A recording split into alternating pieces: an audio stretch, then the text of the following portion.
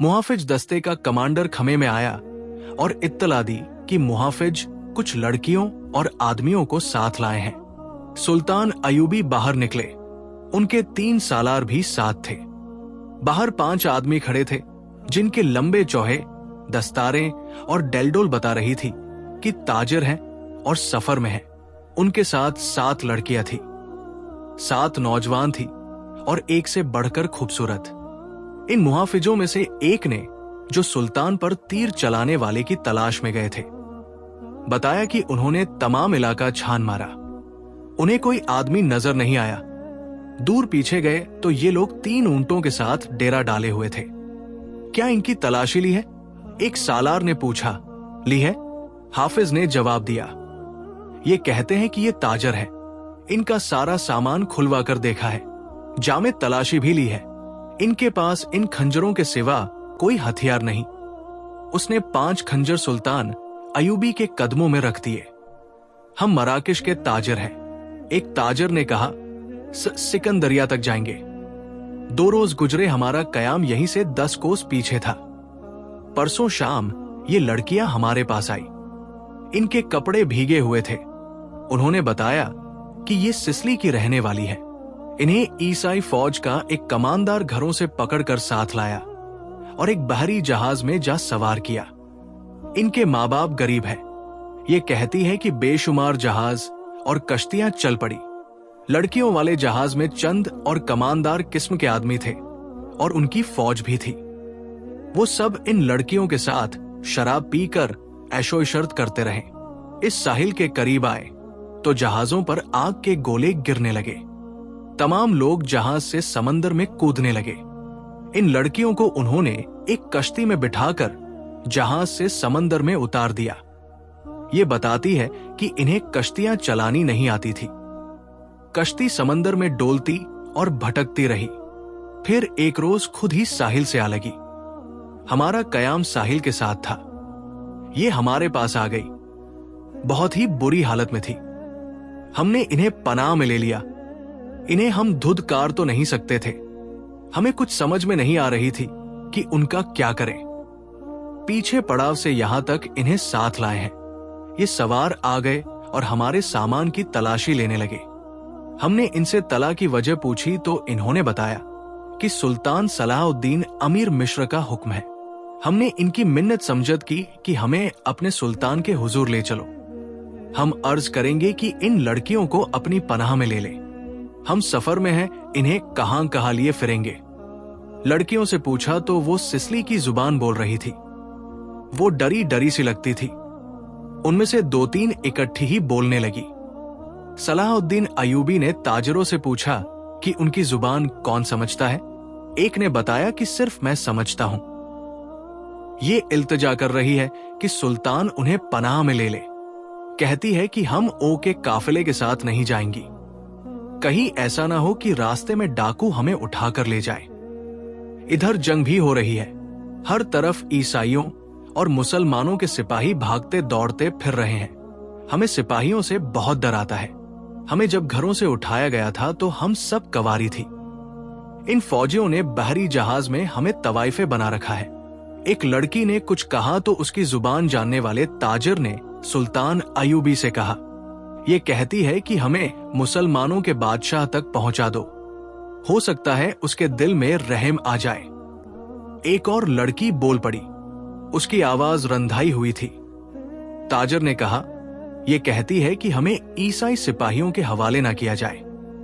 मैं मुसलमान हो जाऊंगी, बशर्त है कि कोई अच्छी हैसियत वाला मुसलमान मेरे साथ शादी कर ले।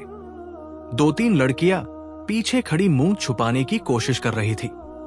उनके चेहरों पर घबराहट थी। बात करते शर्माती या डरती थी। सलाहुद्दीन अयूबी ने ताजिर से कहा, इन्हें कहो कि ये ईसाइयों के पास नहीं जाना चाहती। हम इन्हें इस्लाम कबूल करने पर मजबूर नहीं कर सकते।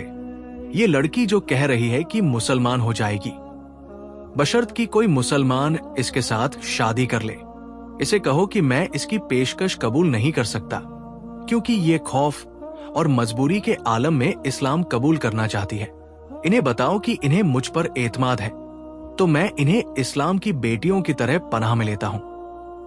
अपने दारुल हुकूमत में जाकर ये इंतजाम कर दूंगा कि इन्हें ईसाई राहबों या किसी पादरी के पास भिजवा दूंगा। पादरी यरूशलेम में होंगे। दूसरी सूरत यह है कि सब ईसाई कैदियों को आजाद कर दिया जाएगा। तो मैं कोशिश करूंगा कि इनकी शादियां काबिल एतमाद और अच्छी हैसियत के कैदियों के साथ कर दूं। इन्हें यह भी बता दो कि किसी मुसलमान को इनसे मिलने की इजाजत नहीं होगी और ना इन्हें इजाजत होगी कि किसी मुसलमान से मिले। इनकी जरूरियात और इज्जत का ख्याल रखा जाएगा। ताजिर ने लड़कियों को उनकी जुबान में सुल्तान अयूबी की सारी बातें बताई तो उनके चेहरों पर रौनक आ गई।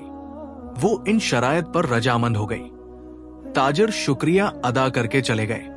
सलाहुद्दीन अयूबी ने लड़कियों के लिए अलग खमे लगाने और खेमे के बाहर हर वक्त एक संतरी मौजूद रहने का हुक्म दिया। वो खेमे की जगह बताने ही लगे थे कि 6 सलीबी कैदी सुल्तान अयूबी के सामने लाए गए। वो बहुत ही बुरी हालत में थे। उनके कपड़े भीगे हुए थे, कपड़ों पर खून भी था और रेत भी। उनके चेहरे लाशों की मानंद थे। उनके मुतालिक बताया गया कि 1.5-2 मील दूर साहिल पर बेसुध पड़े थे। वो टूटी हुई कश्तियों पर तैर रहे थे। एक दिन कश्ती पानी भर जाने से डूब गई। ये सब तैर कर साहिल तक पहुंचे। कश्ती में 22 आदमी सवार हुए थे। सिर्फ ये 6 जिंदा बचे। उनसे चला नहीं जाता था। ये सलीबी लश्कर के सिपाही थे। ये सब धड़ाम से बैठ गए। उनमें से एक चेहरे पर से लगता था कि मामूली सिपाही नहीं है। वो करहा रहा था। उसके कपड़ों पर खून का एक धब्बा भी ना था, मगर जख्मियों से ज्यादा तकलीफें मालूम होता था। उसने 7 लड़कियों को गौर से देखा और फिर करहाने लगा। यह सुल्तान अयूबी का हुक्म था कि हर एक कैदी इसे दिखाया जाए, क्योंकि कैदी अभी तक समंदर से बचकर निकल ही रहे थे। इसलिए हर एक कैदी सुल्तान अयूबी के सामने लाया जाता था। सुल्तान ने उन कैदियों को भी देखा। किसी से कोई बात ना की, अलबत्ता उस कैदी को जो सबसे ज्यादा करा रहा था और जिसके जिस्म पर कोई जख्म भी ना था। सुल्तान ने गौर से देखा और आहिस्ता से अपने सालारों से कहा, अली बिन सुफियान अभी तक नहीं आया। इन तमाम कैदियों से जो अब तक हमारे पास आ चुके हैं बहुत कुछ पूछना है, इनसे मालूमात लेनी है। उन्होंने उस कैदी की तरफ देखकर कहा, यह आदमी कमानदार मालूम होता है, इसे नजर में रखना और जब अली बिन सुफियान आए तो उसे कहना कि इससे तफसीली पूछ करें। मालूम होता है इसे अंदर की चोटें आई है, शायद पसलियां टूटी हुई। इन्हें फौरन जख्मी कैदियों के खेमों में पहुंचा दो। इन्हें खिलाओ बुलाओ और इनकी मरहम पट्टी करो। कैदियों को उस तरफ ले जाया गया जहां सिर्फ जख्मी कैदियों के खेमे थे। लड़कियां उन्हें जाता देखती रहीं। फिर उन लड़कियों को भी ले गए। फौज के खेमों से थोड़ी दूर लड़कियों के लिए खेमा नस्ब किया जा रहा था। वहां से कोई 100 कदम और जख्मी कैदियों के खेमे थे। वहां भी एक खेमा गाड़ा जा रहा था और 6 नए जख्मी कैदी जमीन पर लेटे हुए थे। लड़कियां उनकी तरफ देख रही थी। दोनों खेमे खड़े हो गए। लड़कियां अपने खेमे में चली गई और जख्मियों को उनके अपने खेमे में ले गए। एक संतरी लड़कियों के खेमे के बाहर खड़ा हो गया। लड़कियों के लिए खाना आ गया जो उन्होंने खा लिया। फिर एक लड़की खेमे से निकलकर उस खेमे की तरफ देखने लगी जिसमें नए 6 जख्मी कैदियों को ले गए थे। उसके चेहरे पर अब घबराहट और खौफ का कोई तासुर नहीं था। संतरी ने उसे देखा और उसने संतरी को देखा।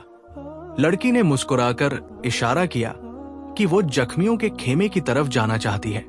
संतरी ने सर हिलाकर उसे रोक दिया। लड़कियों को खेमे से दूर जाने या किसी से मिलने की इजाजत नहीं थी। लड़कियों और 6 जख्मियों के खमे के दरमियान बहुत से दरख्त थे। बाईं तरफ मट्टी का एक टीला था जिस पर झाड़ियां थी। सूरज गुरूब हो गया। फिर रात तारीक होने लगी। कैंप के गुलक पाड़े पर नींद गालिब आने लगी और फिर जख्मियों के कराने की आवाजें रात के सुकूत में कुछ ज्यादा ही साफ सुनाई देने लगी। दूर परे बहरा रूम का शोर दबीदबी मुसलसल गूंज की तरह सुनाई दे रहा था। सलाहुद्दीन अयूबी के इस जंगी कैंप में जागने वालों में चंद एक संतरी थे। या वो जख्मी कैदी जिन्हें जख्म सोने नहीं देते थे, या सलाहुद्दीन अयूबी के खेमे के अंदर जहां दिन का सामान था वहां किसी को नींद नहीं आई थी। सुल्तान अयूबी के 3 सालार उनके पास बैठे थे और बाहर मुहाफिज दस्ता बेदार था। सुल्तान अयूबी ने एक बार फिर कहा, अली बिन सुफियान अभी तक नहीं आया। उनके लहजे में तशवीश थी। उन्होंने कहा, उसका कासिद भी नहीं आया। अगर कोई गड़बड़ होती तो इत्तला आ चुकी होती। एक सालार ने कहा, मालूम होता है वहां सब ठीक है, उम्मीद तो यही रखनी चाहिए। सलाहुद्दीन अयूबी ने कहा, लेकिन 500 के लश्कर ने बगावत कर दी तो संभालना मुश्किल हो जाएगा। वहां हमारी नफरी 15,000 सवार और 2,700 प्यादा है। उनके मुकाबले में सुडानी बेहतर और तजुर्बाकार असरी है और तादाद में बहुत ज्यादा। नाजी और उसके साजिशी टोले के खाते के बाद बगावत मुमकिन नजर नहीं आती। एक और सालार ने कहा, कयादत के बगैर सिपाही बगावत नहीं करेंगे, पेशबंदी जरूरी है। सलाहुद्दीन अयूबी ने कहा, लेकिन अली आ जाए तो ये पता चले कि पेशबंदी किस किस्म की जाए। सलीबियों को रोकने के लिए तो सुल्तान अयूबी खुद आए थे, लेकिन दारुल हुकूमत में सुडानी फौज की बगावत का खतरा था। अली बिन सुफियान को सुल्तान अयूबी ने वही छोड़ दिया था ताकि वो सुडानी लश्कर पर नजर रखें और बगावत को अपने खुसूसी फन से दबाने की कोशिश करें। उसे अभी तक सलाहुद्दीन अयूबी के पास आकर वहां के अहवाल और कवायफ बताने थे, मगर वो नहीं आया था, जिससे सुल्तान अयूबी बेचैन हो रहे थे। जब वो अपने सालाओं के साथ कायहरा की सूरते हाल से मुतालिक बातें कर रहे थे, उनका तमाम कैंप गहरी नींद सो चुका था, मगर वो 7 लड़कियां जाग रही थी जिन्हें सुल्तान अयूबी ने पनाह में ले लिया था। एक बार संतरी ने खेमे का पर्दा उठाकर देखा, अंदर दिया जल रहा था। पर्दा हटते ही लड़कियां खराटे लेने लगी। संतरी ने देखा कि वो पूरी साथ है और सो रही है, तो उसने पर्दा गिरा दिया और खेमे के साथ लगकर बैठ गया। खेमे के पर्दे के साथ जो लड़की थी उसने नीचे से पर्दा जरा ऊपर उठाया।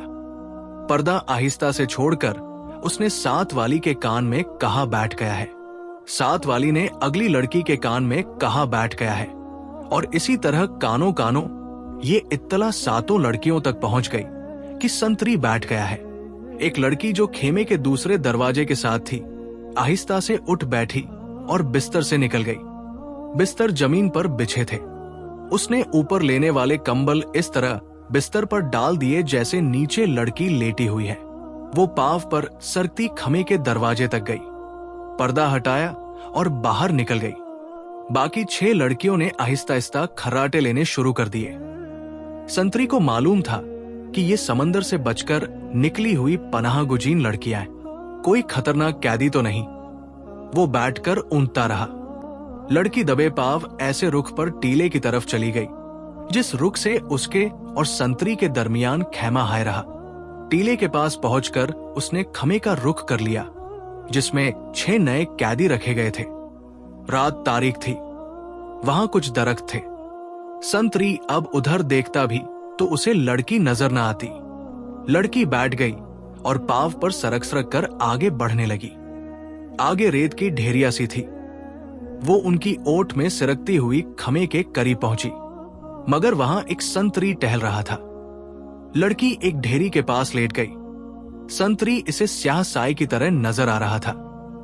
अब वो 2 संतरियों के दरमियान थी, एक उसके अपने खेमे का और दूसरा जख्मियों के खेमे का।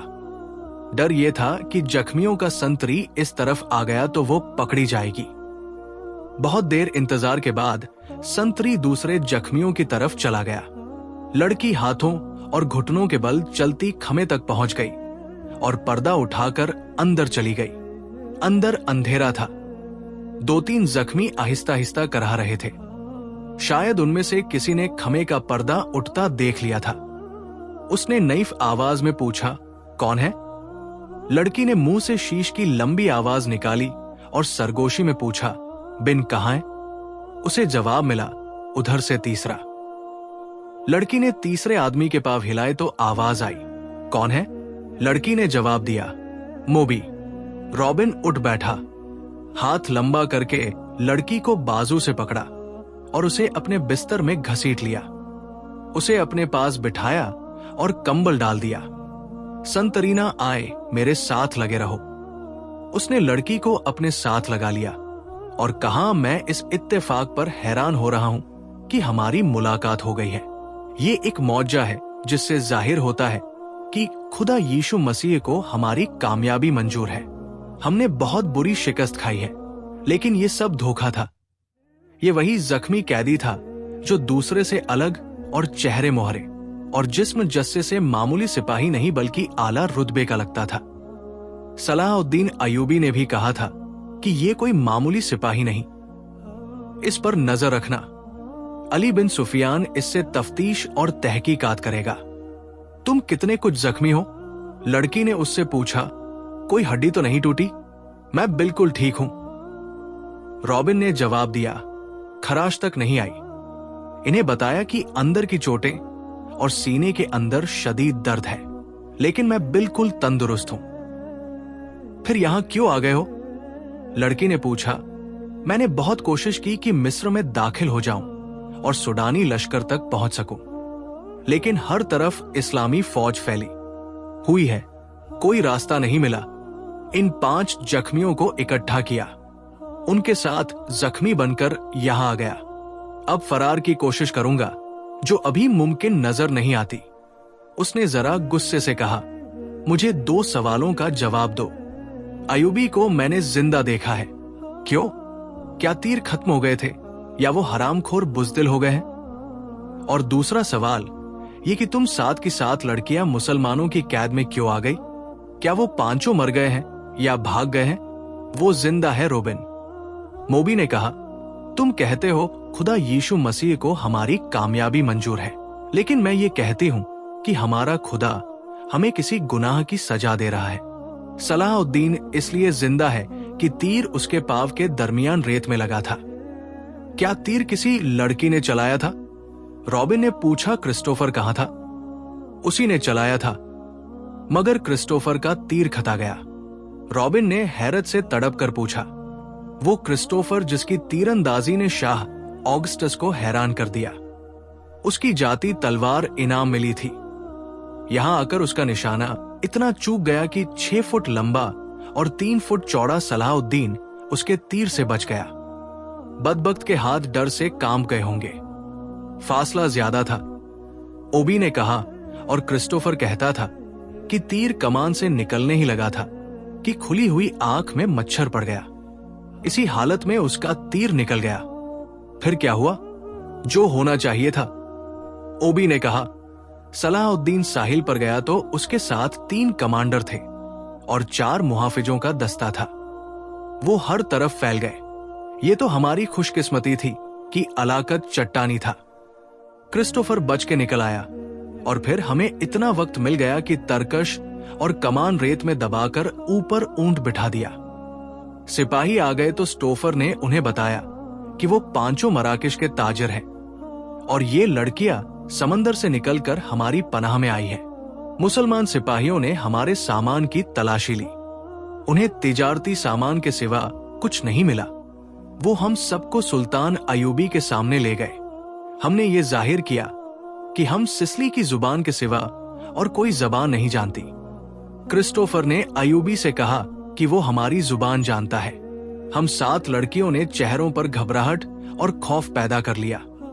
मुबी ने रॉबिन को वो सारी बातें बताई जो सुल्तान अयूबी के साथ हुई थी।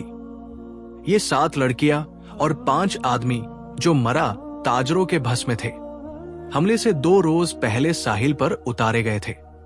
5 आदमी सलीबियों के तजुर्बाकार जासूस और कमांडो थे और लड़कियां भी जासूस थी।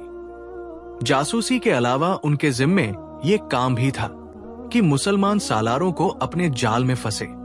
वो खूबसूरत तो थी ही, उन्हें जासूसी और जहनों की तखरीबकारी की खास ट्रेनिंग दी गई थी। इस ट्रेनिंग में अदाकारी खास तौर पर शामिल थी। 5 मर्दों का यह मिशन था कि सलाहुद्दीन अयूबी को खत्म करना और नाजी के साथ राब्ता रखना। ये लड़कियां मिस्र की जबान रवानी से सकती थी, लेकिन उन्होंने जाहिर नहीं होने दिया। रॉबिन इस शोबे का सरबरा, उसे नाजी तक पहुंचना था। मगर सलाहुद्दीन अयूबी और अली बिन सुफियान की चाल ने यहां के हालात का रुख ही उल्टा कर दिया। क्या तुम सलाहुद्दीन को जाल में नहीं पा सकती? रॉबिन ने पूछा। अभी तो यहां पहली रात है। मुबी ने कहा, उसने हमारे मुतालिक जो फैसला दिया है, अगर वो सच्चे दिल से दिया है तो इसका मतलब यह है कि वो मर्द नहीं पत्थर है। अगर उसे हमारे साथ कोई दिलचस्पी होती तो किसी एक लड़की को अपने खेमे में बुला लेता। उसे कत्ल करना भी आसान नहीं। वो एक ही बार साहिल पर आया था मगर तीर खता गया। वो सालारों और मुहाफिजों के नरगे में रहता है। उधर एक संतरी हमारे सर पर खड़ा है और मुहाफिजों के पूरे दस्ते ने सलाहुद्दीन के खेमे को घेर रखा है। वो पांचों कहां हैं? रॉबिन ने पूछा। थोड़ी दूर है, मूवी ने जवाब दिया। वो अभी यही रहेंगी। सुनो मूवी, रॉबिन ने कहा, इस शिकस्त ने मुझे पागल कर दिया है। मेरे जमीर पर इतना बोझ आ पड़ा है जैसे इस शिकस्त की जिम्मेदारी मुझ पर आयत होती है। सलीम पर हाथ रखकर हलफ तो सबसे लिया गया है, लेकिन एक सिपाही के हफ में और मेरे हफ में जमीन और आसमान जितना फर्क है। मेरे रुतबे को सामने रखो, मेरे फराइज को देखो। आधी जंग मुझे जमीन के नीचे से और पीठ के पीछे से वार करके जीतनी थी, मगर मैं और तुम साथ और वो पांच अपना फर्ज अदा नहीं कर सके। मुझसे ये सलीब जवाब मांग रही है। उसने गले में डाली हुई सलीब हाथ में लेकर कहा, मैं इसे अपने सीने से जुदा नहीं कर सकता। उसने मोबी के सीने पर हाथ फेर कर उसकी सलीब हाथ में ले ली और कहा, तुम अपने माँ बाप को धोखा दे सकती हो, इस सलीब से आंखें नहीं चुरा सकती।